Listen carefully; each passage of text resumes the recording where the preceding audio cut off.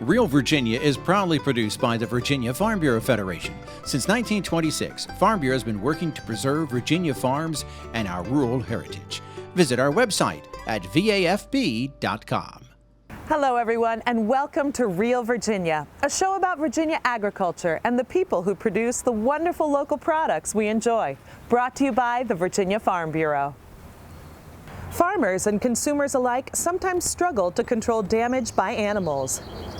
Microgreens are a delicious way to boost your spring meal's nutritional value. And a Virginia teacher uses agriculture examples in the classroom with dramatic results.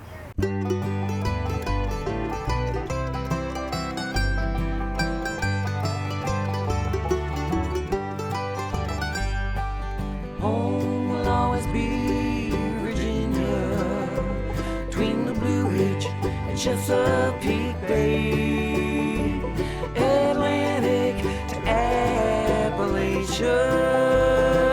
home in my heart always. Welcome back to Real Virginia, everyone. We're coming to you this week from a Southern States Garden Center, where they're ready for spring. Sometimes wildlife can get a little too close for comfort among farmers and homeowners. Ricky GIBSON reports on a joint government program created to help. Coyotes now live and hunt everywhere in Virginia. Black vultures are migratory birds protected by federal law. Both are among wildlife species that are difficult to control. Specialists with the Virginia Wildlife Services Program offer advice on how to avoid and reduce livestock losses and other damage. Coyotes are our number one problem, along with black vultures. Every now and then we have trouble with neighbors' dogs or feral dogs running through, but we don't see that problem very often. Like I said, coyotes do kill about 25 to 30 lambs per year, and that is with Wildlife Services coming in and taking care of the problem when we do see an issue. Well, we are having a problem with black vultures, and they have become more aggressive over the last several years, which has led to more of an economic loss due to the cattle being affected in their daily gain and feed efficiency.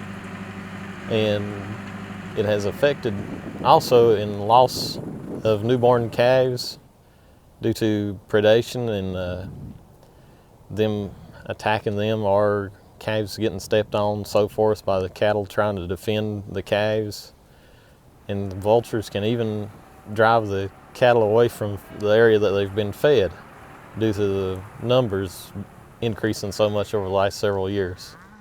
Virginia farmers bear the brunt of the economic losses from wildlife, although black vulture flocks also have been known to roost in cities and suburbs and to damage cars and lawns. Our staff works more than just with farmers. We're also available for anybody that calls in that's requesting help for services that we can provide them with the information they need, sometimes with the control aspects of what they might need. Canada geese, bears, and foxes are some of the other species the service offers help in controlling. Lethal force is usually the last resort, especially since better control methods can be more effective. A lot of the preventive measures that we do are building better fences. If we have problems, we'll move sheep in closer to closer pastures or where we can set snares and fences. Wildlife Services also helps us with the preventative measures as far as coming in and setting snares to trap the coyotes before we have problems.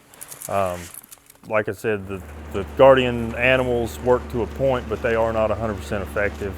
Therefore, when we do have a problem, we can call Wildlife Services and they come in and take care of the problem for us at night. If a calf has been killed, a newborn calf or just slightly few days old, or even one just trampled from the cows trying to protect it, there's the economic loss of just that calf, because a 5-weight calf, 6-weight calf in that range is going to get close to $800. So there's that economic loss that we got to make up.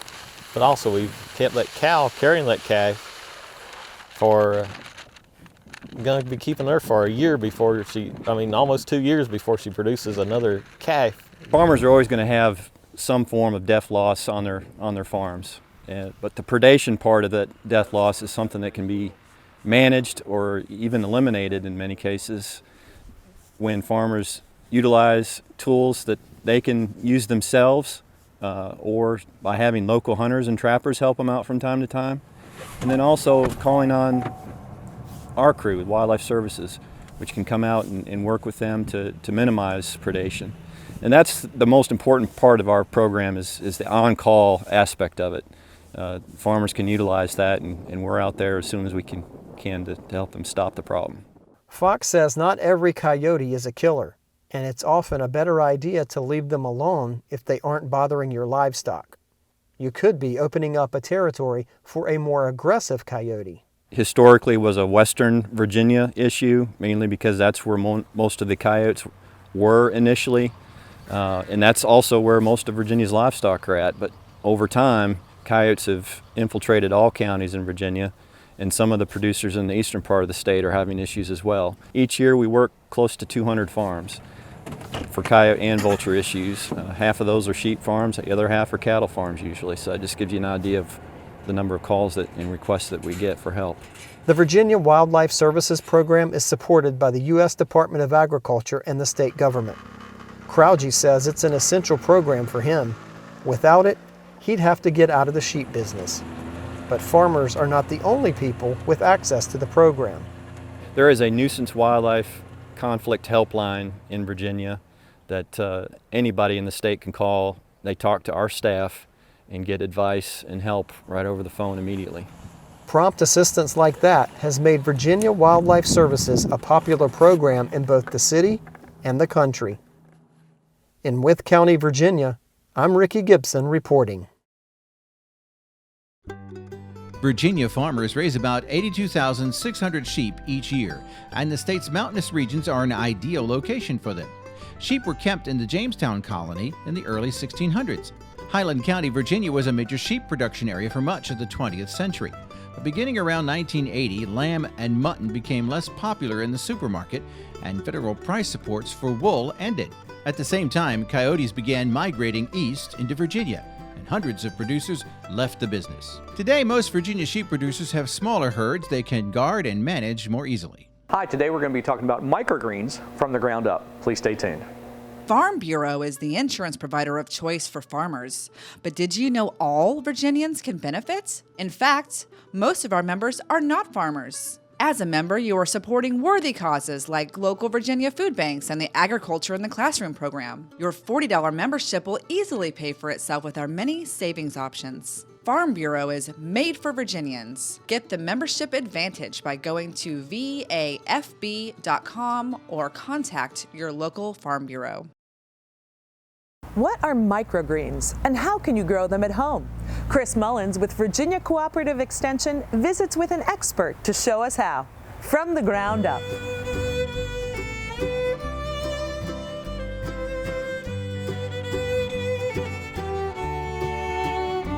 Well, hi and welcome. We're in Loudoun County, Virginia. We're at a farm called Endless Summer Harvest. They've got great greenhouses like this, and they're growing leafy greens and lettuces and herbs. And they're also growing microgreens in another location. We're going to go see that right now. Well, we're here with Mary Ellen Taylor. Mary Ellen is the owner and operator of Endless Summer Harvest. Mary Ellen, we're talking about microgreens today. Why would you grow microgreens, and what are they? What are they, first of all? Microgreens are the first two leaves of the seed. They're the cotyledons.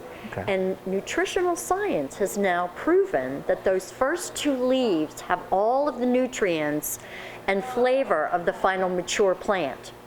But the reason we haven't realized this up to this point is nutritional science is a very new science, as well as what farmer ever would have harvested those first two leaves. You'd never then have the stalk of celery or the beautiful radish or bulb of garlic or onion. Yeah, just a baby plant at this point. It's just a baby plant with fierce energy. You know, seeds have all the energy that they need for their entire life. They come with their first lunch and all of the education that they need to grow into that mature plant. Okay. But these are just the smaller ones, so people who might have health issues or who really just don't care for kale but want the nutritional value are finding a very happy place with microgreens. Well, that makes sense. Now, we started in the greenhouse out there. You've got lots of greenhouses growing all kinds of things. We're inside a building now. You've got grow lights in here. Why are you growing your microgreens this way? I find that this is a far more controlled environment even than a greenhouse. It's easier to control the temperature, to control the light, and therefore I can stack these up. I can grow multiple varieties, use space very efficiently, and so that's why I have them in here. That makes perfect sense. So tell me, how do you do this? Could a homeowner grow these? Oh, or you sure. These are just grown on burlap and seeds. Fluorescent lights or grow light. You just would put that burlap down. You would need to have flowing water, so the water would never be stagnant, so that you could rock your crop if in your own home. Okay. And then 4 to 9 days later, you have this amazing vegetable garden. Wow, and it's a vegetables. What kind of things are you growing? Is it just one type of seed, or you have lots of different ones? We have about 30 varieties of microgreens, including like cucumber and onion and kale and carrots and celery and amaranth, pea shoots. Oh my goodness. Yeah, oh you my can goodness. really do anything a micro. Little kids love them too, baby food, and little things. Right. It helps decorate food as well as you are getting that nutrition into your family. Chris, what's so amazing about these, again, are the diversity in flavor. So, for instance, here, that is a cucumber seed. I'm sure you recognize it. Mm-hmm. Well, then taste this, and it will be the equivalent of a full cucumber, as if you were eating the entire. That tastes just like a cucumber. Amazing? That is amazing. And then here, for instance, that is the onion seed. It's almost microscopic. And Right. this is its first leaf. And this you should need an Altoid afterwards. It is the equivalent of a full onion. It tastes It doesn't just taste like a cucumber, did it? No, not at all. That's an onion. And then this is one of my favorite. Look at that beautiful heart shape. That is a Oh. radish. And that will taste just like the beautiful red. That is amazing. And you just pull these up? Yeah. Or you'll cut them? Yes, we cut them off of the burlap and then Okay. we bag them by the ounce and sell them at farmers markets. Oh, that is wonderful. Such a cool operation. Thank you. All the grow lights, all the trays. All the colors and the shapes. It's really beautiful. Thank you, Chris. Thank you so much for letting us come out to the farm today. It has been my honor and pleasure to have you. You come back anytime. Thank you. Thank you. Well, for more information about microgreen production, please contact your local county extension office and talk to a master gardener. For From the Ground Up, I'm Chris Mullins. We'll see you next time. From the Ground Up is presented with the generous advice and assistance of Virginia Cooperative Extension. Visit their website at ext.vt.edu. Hi, I'm Chef Tammy Brawley with Heart of the Home. We are going to be making some delicious asparagus pesto today. Stay tuned. And now, a sneak peek into a day in the life of a Virginia dairy cow. They get their day started. They have some lunch. Get some exercise. Spend time with their friends. And then end their day with dairy sweet dreams. Real dairy, real life, real delicious. Asparagus season is short in Virginia. Chef Tammy Brawley shows us a unique recipe for locally grown asparagus in the heart of the home. Hi, I'm Chef Tammy Brawley with Heart of the Home. We're here at Meadow Event Park, and today we're going to work with some gorgeous spring asparagus grown right here in Virginia. I absolutely love asparagus, do 1,001 things with asparagus. And today I'm going to show you kind of a unique recipe. We're actually going to do an asparagus pesto. Yes, I said pesto. Pesto means nothing but mixture, and you can use anything in a pesto. Today we're going to use this beautiful asparagus. Typically you use basil. I've done collard green pesto. I've done kale pesto, but today is going to be this asparagus. What I want to talk about first with asparagus is I know so many people who do it this way, where they think they need to snap it and then they throw away that bottom end. That is actually not true. You're losing a lot of flavor. You actually want to look at where the whiter part starts of the asparagus, and that's where you want to cut. I don't want to waste anything, and you'll find lots of chefs are like that. We don't waste product. And now what we want to do is we actually want to blanch the asparagus. And blanching is strictly or simply a par cook process. You want to go into boiling water, and then you want to let it go for about a minute or so, and then you want to add it to a bowl of ice water. I've done most of it ahead, so I'm just going to show you this briefly. We've got the handful that I've just cut into a pot of boiling water. A little salt had been added to it, and that keeps the nice green color.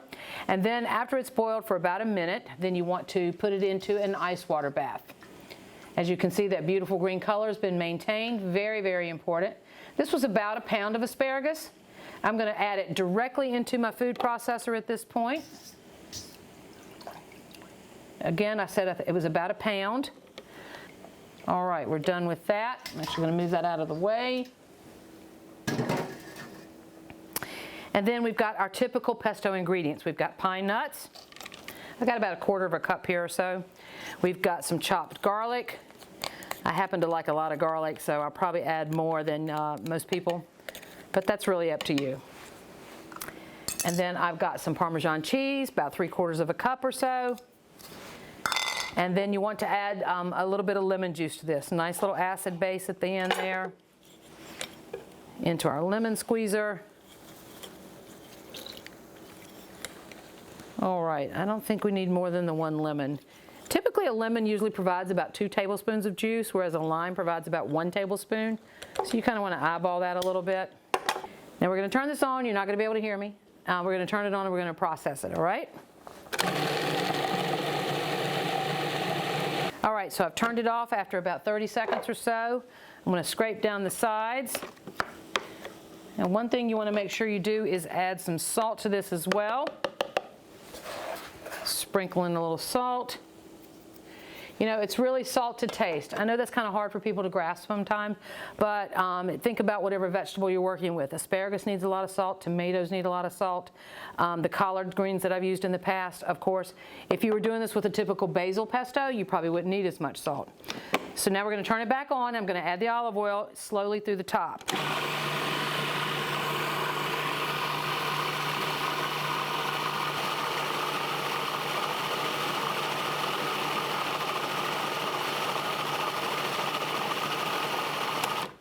All right, I know you're sitting there wondering how much olive oil did I just add. Well, I'm looking for a consistency. Whatever you're going to toss this with is going to determine how much olive oil you add. The thinner the sauce, you probably want a thicker chunk of your pasta to go with it. You may want a thicker sauce for your ribbon pasta, your spaghettis. This looks delicious. All right, so I've tasted it. It's absolutely delicious. I can't wait to toss it. Now, we could do this pesto with a piece of grilled chicken, or you can toss it with pasta. I happen to have some pasta right over here. And what I'm going to do is bring it here.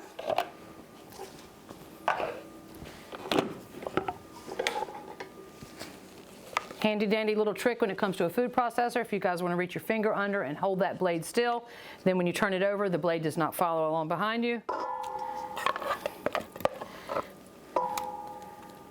You want to get, what I've got here is some penne pasta. I'm just going to put the pesto into there, and reach in there with a gloved hand and mix that up.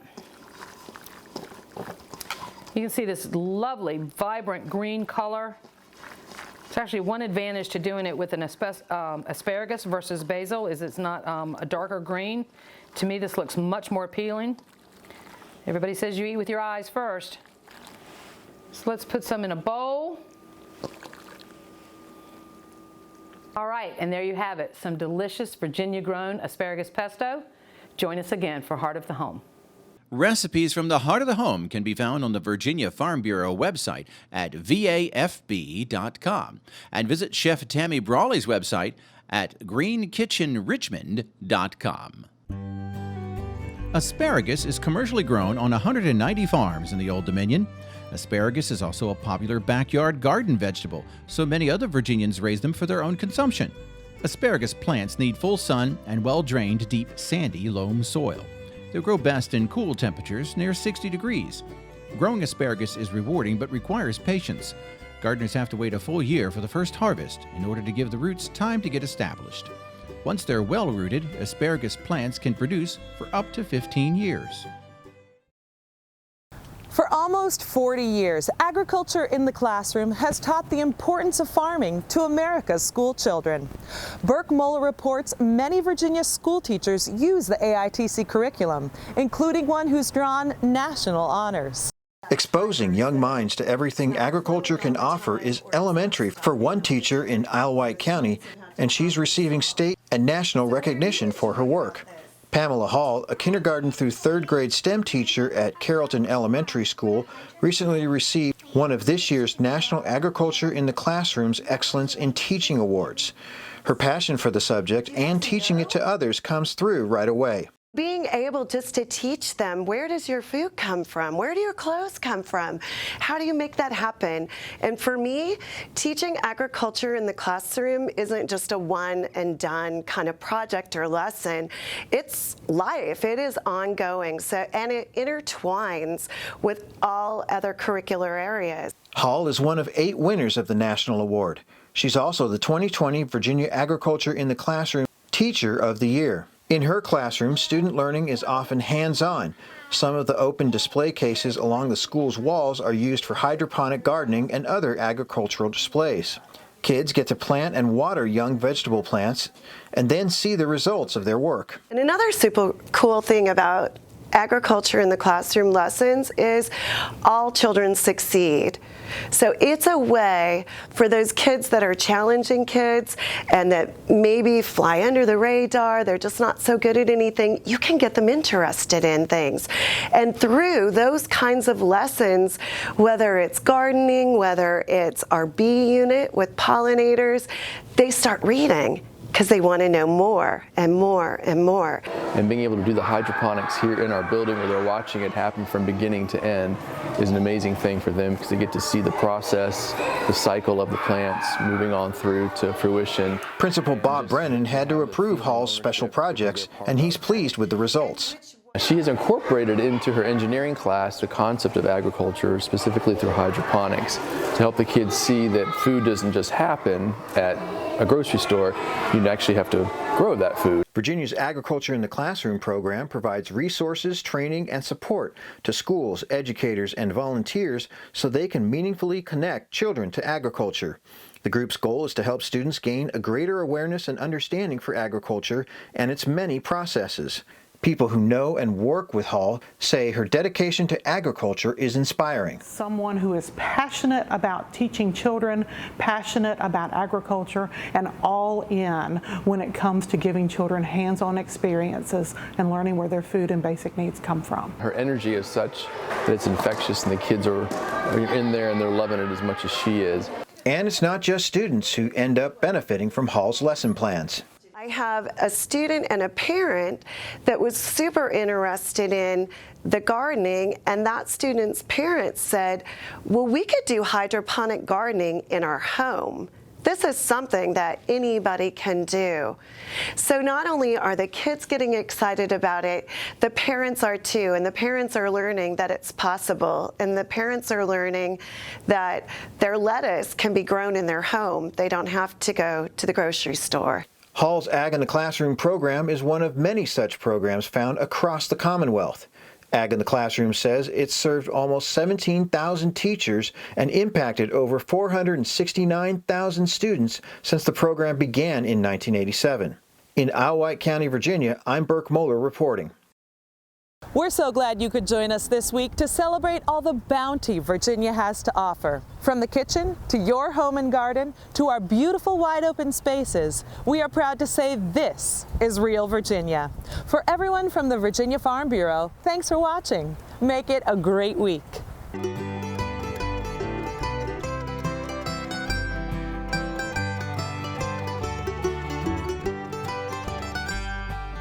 Home will always be Virginia, between the Blue Ridge and Chesapeake Bay.